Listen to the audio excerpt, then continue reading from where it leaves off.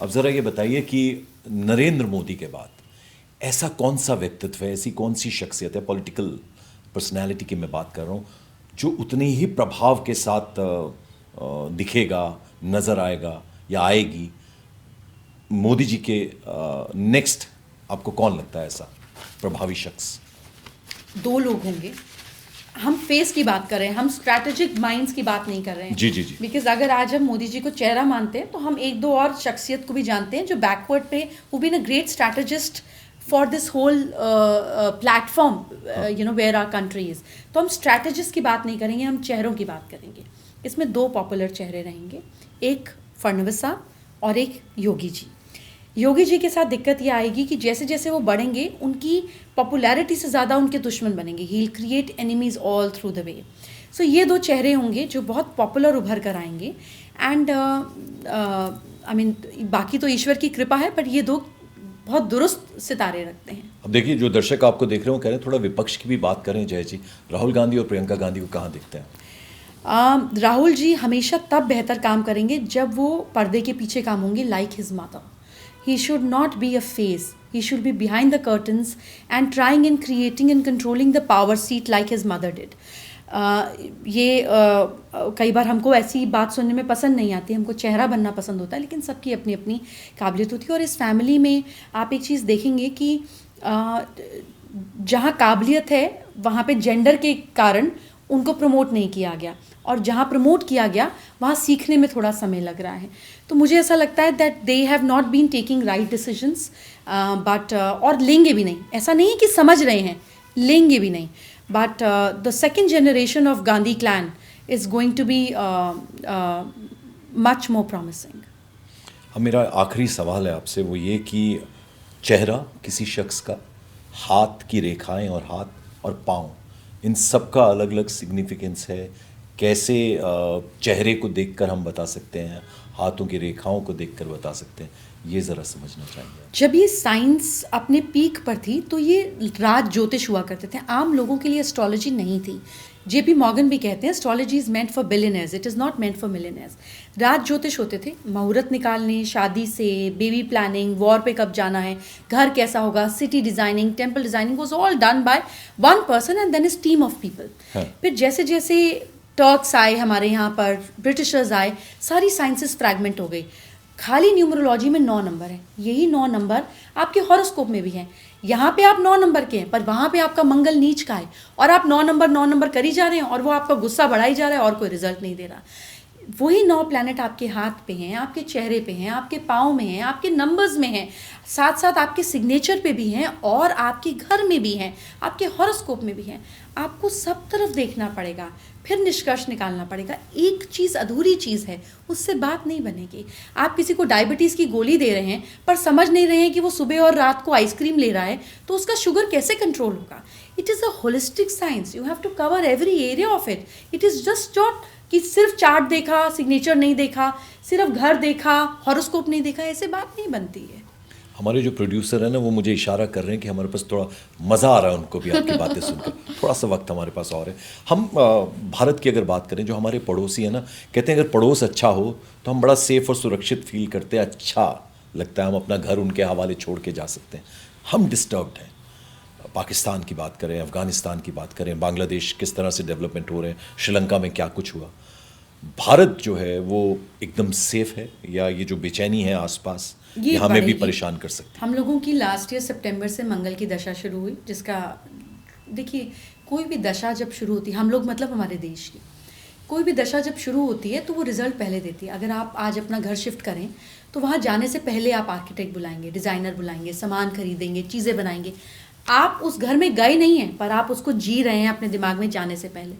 ऐसे ही दशा का भी होता है, वो आएगी नहीं पर वो रिजल्ट ट्रेलर पहले दिखाना शुरू कर देगी। तो हमने देखा कि हम किस तरह से घर घिरना शुरू हुए। ठीक उसी समय पर इंडिया और यूएस का एक तरीके से कोल्ड पैक्ट चल रहा है। I am not calling it a war, but consider it as a soft war. सिर्फ लड़ाई ही तो नहीं है, टैरिफ से लेकर, अंडरस्टैंडिंग से लेकर, from visas to everything, we are being troubled in every bit of it. This is beginning of it. ऐसा रहेगा और 2027 एंड तक रहेगा। So this is very unfortunate but it is what it is. But देखिए हर एक problem आपको stronger भी इमर्ज करती है. अब आपको पता है कि आपको बाहर वालों से लड़ना है तो भैया घर वालों से तो बना के रखो. तो जो देश के मतभेद थे ये कम हो जाएंगे. जो आपसी चीज़ें मिलती नहीं थी लोगों की, ये मिलनी शुरू हो जाएगी. Because we have to protect our selves. But if you ask me are we safe, no we are not. It is what it is. और कहीं ना कहीं वर्ल्ड वॉर जैसी जो बातें उठती ये हैं, शुरू हो चुका है. अब वर्ल्ड वॉर वैसा नहीं है कि 2 लाख सोल्जर इधर से 2 लाख सोल्जर उधर से. Every line of control is insecure. Look at it from Israel, Palestine, Ukraine, Russia, Venezuela, America. It's all started. और किसको आप वॉर बोलते हैं? मतलब व्हाट इज इट हैपनिंग? तेल के लिए लड़ रहे हैं, पावर के लिए लड़ रहे हैं, न्यूक्लियर के लिए लड़ रहे हैं. मतलब what kind of war are you expecting more? It's started. और हम भारत की जब बात करते हैं, साधु संत पहाड़ों में नंगे बदन तपस्या कर रहे हैं, हमारे देश के लिए ही कर रहे हैं, हम ऐसा सुनते हैं. ऐसा मोदी जी इतनी मेहनत कर रहे हैं, पूरी दुनिया, अब जैसा हमने बताया कि आंखों से आंखें मिलाकर हम बात कर रहे हैं. तो भारत की स्थिति अगर हम देखें तो भारत आपको लगता है कि एकदम ऊपर की तरफ जाता हुआ नज़र आ रहा है आपको? देखिए हमारी शेयर मार्केट का ग्रो होना, of course they are little turbulences, ये रहेंगी भी जून तक. बट ओवरऑल अगर आप देखें, it shows that we are ready to trust our own companies. We are self consuming economy. जो जैसे पहले चाइना था हम उसी तरफ हैं. Like little more development and more towards technology, we are progressively growing. हम डिफेंस में खुद काम करना चाहते हैं, हम इलेक्ट्रॉनिक्स में खुद काम करना चाहते हैं. We are progressing. Now Rome wasn't built in a day. हम सोचे आप सुबह उठ जाएं और यहाँ पे बुलेट ट्रेन चले, ऐसे कैसे होगा? आप छोटी छोटी चीज़ों पे फार्मर्स का प्रोटेस्ट देखें. मतलब हमसे घर का स्टाफ मैनेज नहीं होता है ना. वाइफ और मेड का रोज़ झगड़ा क्यों होता है आपको समझ में नहीं आता है. और अगर एक इंसान 140 करोड़ लोगों को मैनेज कर रहे हैं और हमको लगता है सुबह जादू की छड़ी घूम जाए, ये कैसे होगा? Just be little kind and patient और अपना एफर्ट तो करें. हमारा भी तो देश है. नहीं, एक आखिरी सवाल, अब सच्ची में आखिरी सवाल है. जय जी, आज जब मैं सुबह उठता हूँ, भगवान के आगे थोड़ी देर बैठता हूँ, तो मुझे था कि आज मुझे वो 2 घंटे का मेरा शो करना है, मुझे क्रिकेट का एक शो करना है, मुझे जय जी के पास जाना है, पॉडकास्ट करना है. वो मेडिटेशन जिसको आप कहते हैं ना, एक चित्त होना, ध्यान चित्त होना, क्या करें? उपाय बताइए उसका कि वो जब जिस वक्त हम वो काम कर रहे हैं वो वहीं पर ध्यान हमारा टिका रहे. ये बहुत सारी यंगर जनरेशन की 100 चीज़ें एक साथ दिमाग में चलती हैं. सिर्फ एक चीज़ उस वक्त ध्यान, मतलब एक चित्त होकर, उसके लिए क्या गौतम बुद्धा ने कहा कि अगर कोई इंसान 60 सेकंड्स के लिए थॉटलेस हो जाए तो वो इनलाइटन हो जाएगा.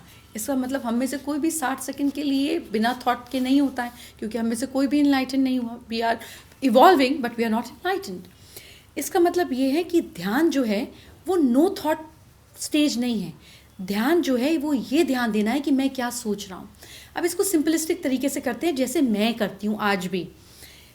एवरी 1 आवर, जैसे 11:11, 2:22, 3:33, 4:44, 5:55, 6 बजे, 7 बजे, 8 बजे, 9 बजे, 10 बजे, मैं 18 वर्किंग आवर्स तक रहती हूँ और काम करती हूँ. हर एक घंटे में एक फिक्स टाइमिंग पर एक स्नूज बजता है और वो बजता है, वो अलार्म बजता है. जैसे ही वो बजता है, मैं कहीं भी हूँ, किसी के भी साथ हूँ और कुछ भी कर रही हूँ, 10 सेकंड के लिए I go internalize. I go and see what am I thinking, am I on the right path, am I thankful to God. वो मेरी 10 सेकंड की प्रेयर दिन में 18 बार होती है. अगर मैं 18 बार खुद को वापस ला पाती हूँ तो फिर मेरे ब्रेन का पैटर्न बन जाता है. फिर कुछ समय बाद मुझे स्नूज़ की ज़रूरत नहीं पड़ती. अपने आप टाइम होगा और मैं टक उस पैटर्न पर आ जाऊँगी. जैसे रोज़ सुबह जल्दी उठने की आदत हो तो 2 दिन हॉलीडे पे भी 7 बजे आँख खुल जाती है ना, ऐसे ब्रेन को भी आदत पड़ जाती है. Use technology to improve you, to make you a better person, to make you a better version of your self. उससे दबिए मत, उसको इन्हांस कीजिए. तो मेरे हर फ़ोन पर हर 1 घंटे बाद स्नूज़ दबता है, अलार्म बजता है, मैं वापस आती हूँ खुद में. आप भी यही कर सकते हैं. तो देखिए दर्शकों, डॉक्टर जय मदान के साथ ये जो मैंने पॉडकास्ट किया, 1 घंटा के करीब उनसे बातचीत की. इसमें सुर था, लय था, ताल थी, म्यूज़िक था, सबसे बड़ी बात कहानी थी, हाँ प्रोज और पोइट्री भी थी. सबसे बड़ी बात इसमें सच था. बहुत एनलाइटन करने वाला ये पूरा डिस्कशन रहा. Thank you so much doctor जय मदान, हमसे बात करने के लिए. Thank you so much.